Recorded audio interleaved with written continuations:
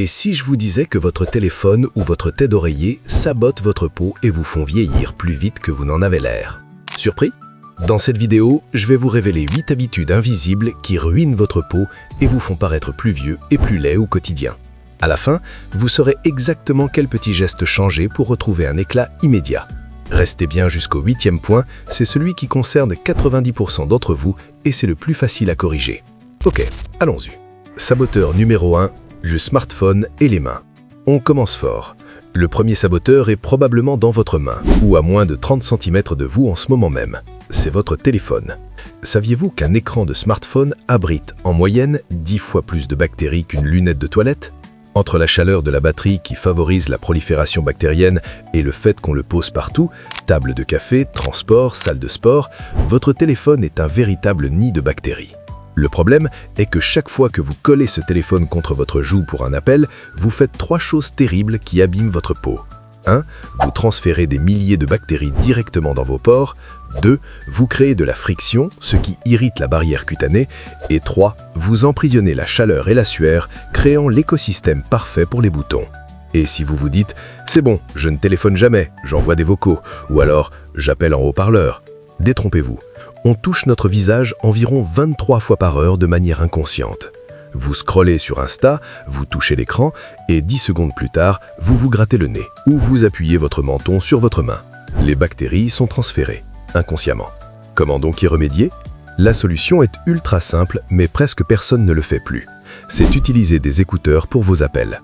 Que ce soit des AirPods ou des écouteurs filaires, ils vous évitent tout contact entre votre joue et votre téléphone. Pensez également à désinfecter votre écran tous les soirs avec une lingette imbibée d'alcool isopropylique à 70%. Ça prend 5 secondes et je vous garantis que votre visage vous remerciera dès la semaine prochaine. Mais ce transfert de bactéries n'est rien à côté de ce qui se passe quand vous dormez. Si vous pensez que votre lit est un endroit sûr pour votre peau, attendez de voir ce que j'ai à vous dire sur le saboteur numéro 2, le thé d'oreiller. Alors que le sommeil est censé être le moment où la peau se régénère, votre thé d'oreiller en coton est votre ennemi numéro 1. Il est coupable du vieillissement de votre visage et vous fait affronter 2 problèmes majeurs que les marques de cosmétiques oublient de vous mentionner.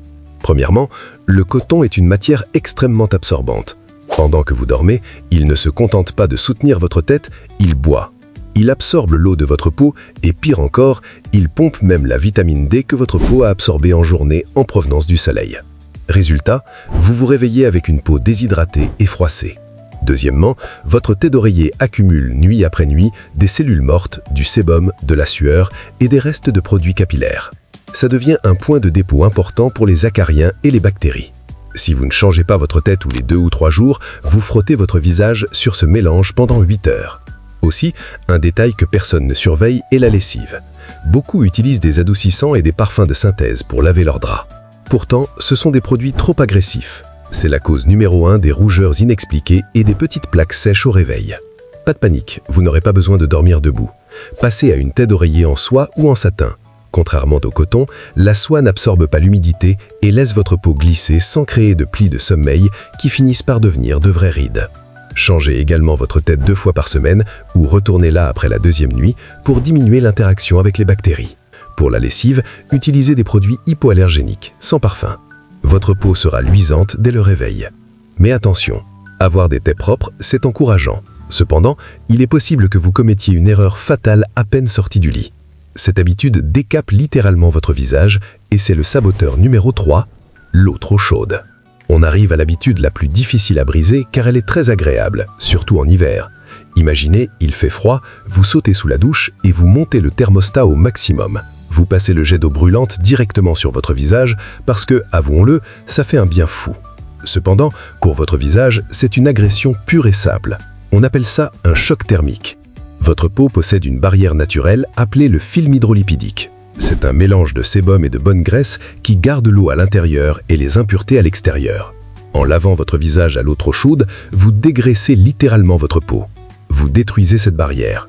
C'est pour ça qu'en sortant de la douche, votre peau tire, elle rougit, ou pire, elle devient grasse en milieu de journée car elle produit du sébum en panique pour compenser cette sécheresse. Plus l'eau est chaude, plus elle fait perdre de l'eau à la peau.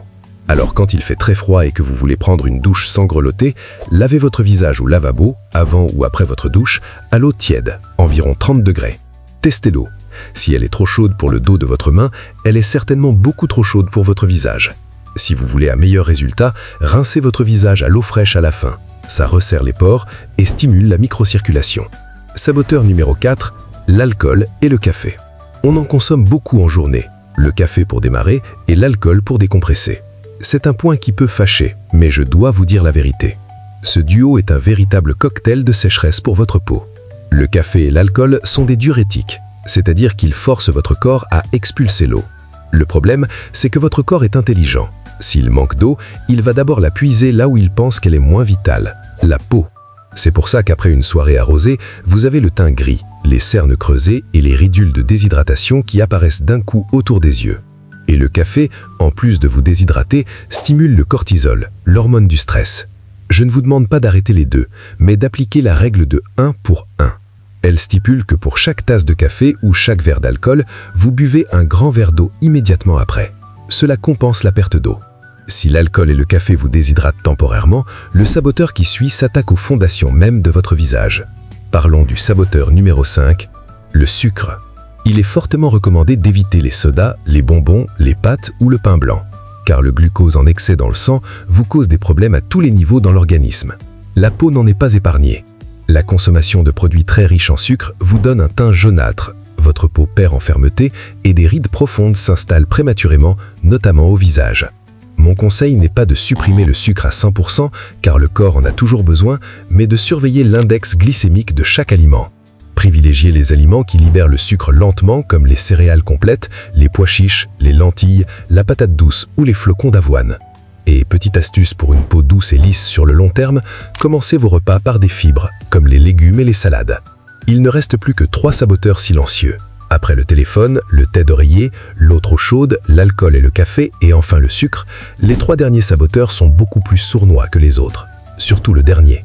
Rapidement, nous enchaînons avec le saboteur numéro 7, le stress et le manque de sommeil. Quand vous stressez, votre corps produit le cortisol. Et le cortisol, c'est l'ennemi public numéro 1 de la beauté. Pourquoi? Parce que le cortisol ordonne à vos glandes sébacées de produire plus d'huile. C'est pour ça qu'on a souvent une poussée d'acné juste avant un examen ou une réunion importante. Mais ce n'est pas tout. Le stress ralentit aussi la régénération cellulaire. Votre peau met plus de temps à cicatriser, les rougeurs restent plus longtemps et votre teint devient terne, sans vie. Et si vous couplez ce stress avec un manque de sommeil, vous doublez les dégâts. C'est la nuit que votre peau se régénère. Sans sommeil, vous aurez des cernes bleues sous les yeux et votre barrière cutanée deviendra poreuse. Vous vous réveillez avec une peau qui est complètement en manque d'eau et qui a pris un coup de vieux en une seule nuit. Pour y remédier, éteignez les écrans et surtout le fameux téléphone portable, saboteur numéro 1, 20 minutes avant de dormir. La lumière bleue bloque la mélatonine, l'hormone du sommeil. Effectuez tous les soirs 3 minutes de respiration ventrale pour faire chuter votre taux de cortisol instantanément. Le sommeil est le soin anti-âge le plus efficace et le moins cher au monde. Observez bien, toutes les personnes qui paraissent plus jeunes que leur âge sur la Terre ont un point en commun. Elles dorment suffisamment. Saboteur numéro 7, la climatisation et le chauffage.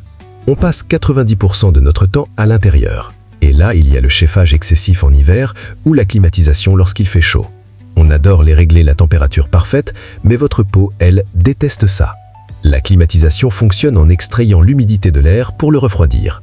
Si vous êtes dans la pièce, elle pompe également l'humidité de votre épiderme, qui est de l'eau, sans vous demander. Si vous travaillez toute la journée dans un bureau climatisé, roulez dans une voiture climatisée et dormez dans une chambre climatisée, votre barrière cutanée finit par se fissurer. Conséquence, les rides apparaissent beaucoup plus tôt que prévu et votre peau vieillit. D'abord, vous pouvez utiliser une brime hydratante sans alcool au cours de la journée pour réhumidifier l'air autour de votre visage. Le lien de la brime est dans la description. Pour le bureau, l'astuce est simplement de placer un verre d'eau sur votre table pour saturer l'air ambiant. Et le matin avant de sortir, appliquez du beurre de karité sur votre visage pour conserver l'eau de votre peau. Le dernier saboteur, numéro 8. La lumière bleue. C'est la pollution numérique. Si vous ne le saviez pas, la lumière bleue pénètre plus profondément dans la peau que les rayons UV du soleil. Elle va jusqu'au derme, là où se trouvent le collagène et l'élastine. Les personnes qui en sont trop exposées voient généralement apparaître sur leur visage des taches noires et un vieillissement prématuré de la peau. Si vous passez 8 heures par jour devant un ordinateur sans protection, alors vous faites une grave erreur. Ne soyez pas surpris de vieillir en quelques semaines seulement. Il existe sur tous les appareils le mode Night Shift ou mode nuit, qui active un filtre anti-lumière bleue. Ça rend l'écran jaune, mais c'est un relâchement pour vos yeux et votre peau. Appliquez des soins contenant de la vitamine C ou de la niacinamide le matin. Ce sont les meilleurs gardes de corps contre la lumière bleue des écrans. Cherchez également des crèmes solaires avec filtre anti-lumière bleue, qui permet de bloquer ces rayons. Voilà vos 8 saboteurs. Maintenant que vous les connaissez, ils ne sont plus silencieux. Vous savez ce que vous avez à faire. C'est tout. Si cette vidéo vous a aidé, partagez-la. Cliquez sur le bouton j'aime, abonnez-vous à la chaîne pour ne rien manquer et activez la cloche pour recevoir les notifications.